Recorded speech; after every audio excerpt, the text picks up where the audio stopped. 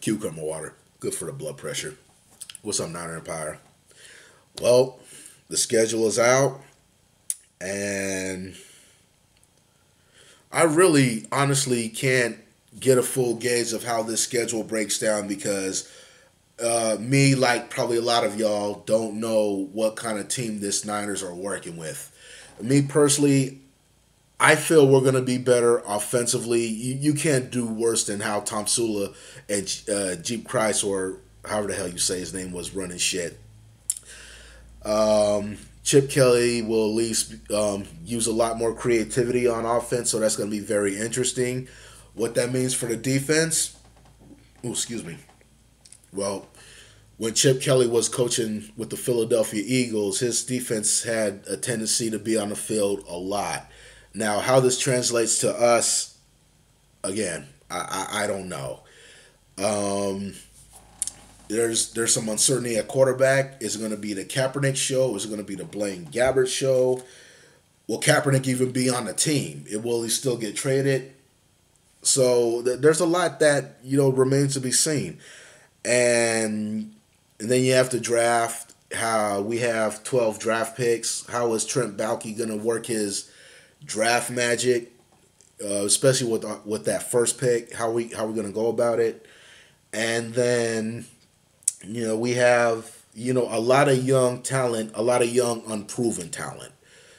So just basically next man up. You just got to go out there and just perform, and and that's all I really need to say. Basically, the schedule breaks down like this. Our first game is a Monday nighter at home against the Los Angeles Rams. Good to have them back in LA. I'm back in Cali. And then our next two games are brutal. At the defending NFC champion Carolina Panthers, then at Seattle, where we already, you know how we have trouble playing up there, so that's nice.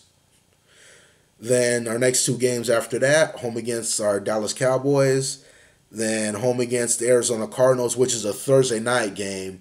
So two of our first five games are primetime games at home. And after that, unless the Niners really start doing good and are able to get in some flex schedules towards the end of the season, that's all we get. After the Cardinals, we're at Buffalo to play the Bills and home against the Buccaneers.